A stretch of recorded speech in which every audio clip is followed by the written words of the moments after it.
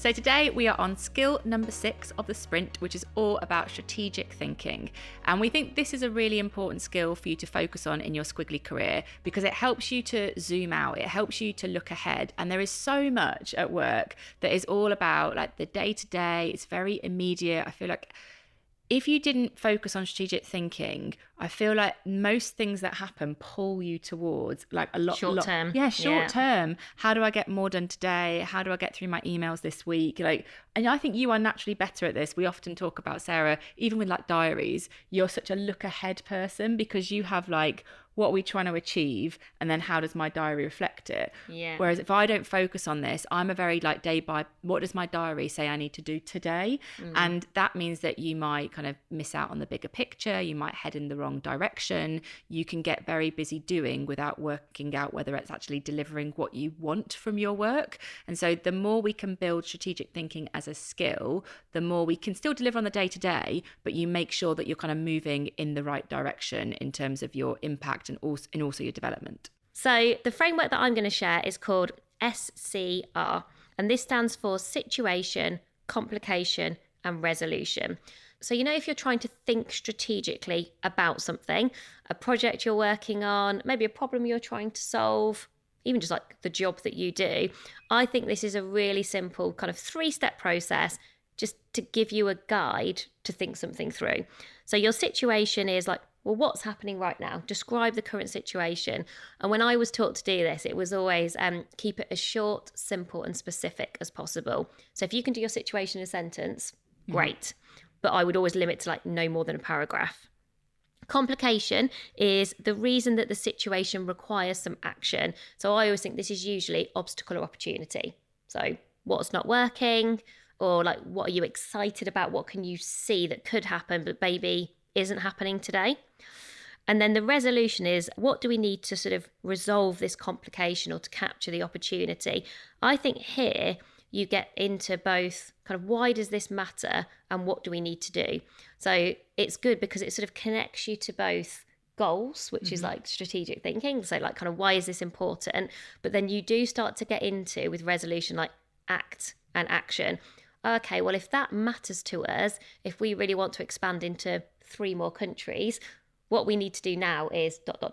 And so to your point, it's sort of the looking ahead in terms of what's coming next, but then connecting it back to what does that mean for the now? Because you never want to do strategic thinking in a vacuum. Yeah. There's no point just going, oh, well, this is sort of where we'd like to head to. I do think you have always got to come back to the so what now. So my favourite framework, I feel like the one that I've used the most in my career is Ansoff's matrix. Don't worry if that doesn't mean anything. It basically helps you think about your products. And I feel like we've all got certain products at work. It might be the products that you supply. Your products could be like internal reports that you send to stakeholders, or our products are things like our podcasts and our books, or somebody else's products might be, you work for an FMCG company and it's literally like, shampoos and whatever else it is. So we've all kind of got products. But what this model helps you to do is to think about what are your existing products that you currently supply to existing customers. That's like what you already do. And then you might think about what are existing products and how could you provide them to new customers. That gets you into a new place. And then you get to what are new products that I could sell to existing customers. So I know a bit about them. So what's like an add-on that I could do? And then there's like the new. Like if I had new customers and I wasn't constrained by what we currently provide, what could I do there? And it always forces my brain into a different place and it stops me just doing stuff on repeat. And I think that back to the look ahead and zooming out, that model really helps me to do it. I can imagine how that model unlocks thinking. Just as you were going through, I was like, oh yeah, okay. It helps you to think something through, which is what I think these frameworks are useful for.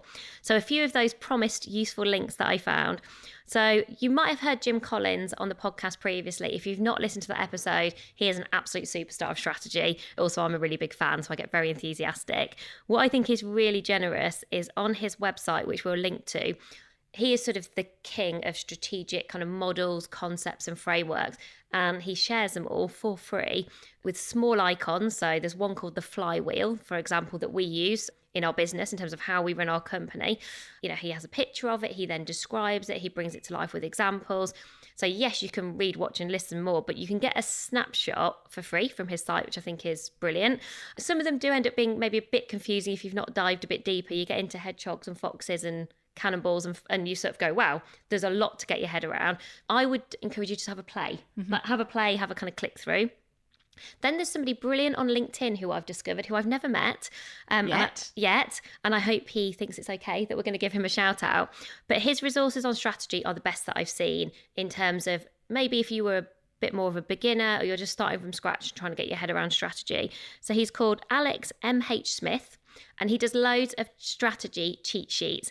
And they're just these brilliant one-page summaries. You know, they remind me a bit of the pod sheet, but for strategy. Oh. So it's like how to judge an idea, like how to know something strategic. And he just walks you through them. And you know on LinkedIn, you know someone's being useful where you think, save, share with the team. Screenshot. And I've just done that a lot with his work. And he just does everything in a really straightforward way. And there's also a great link from McKinsey where they also share loads of frameworks too. So this is one of those areas where we might not think it's a kind of area to play with, but I just think just start having a look at them and just think, to our question earlier, like, how would this work for me? Does it work for me? I don't use very many matrices. You wouldn't use SCR. I don't think you need to use everything, but I think once you start just having a go, then you start to figure out like, oh, firstly, I'll get confident. I can do this. And then you start to figure out, well, what helps me in the role and the industry that I'm in. So that is the end of today's skill. And we will back tomorrow with our next skill, which is all about presence.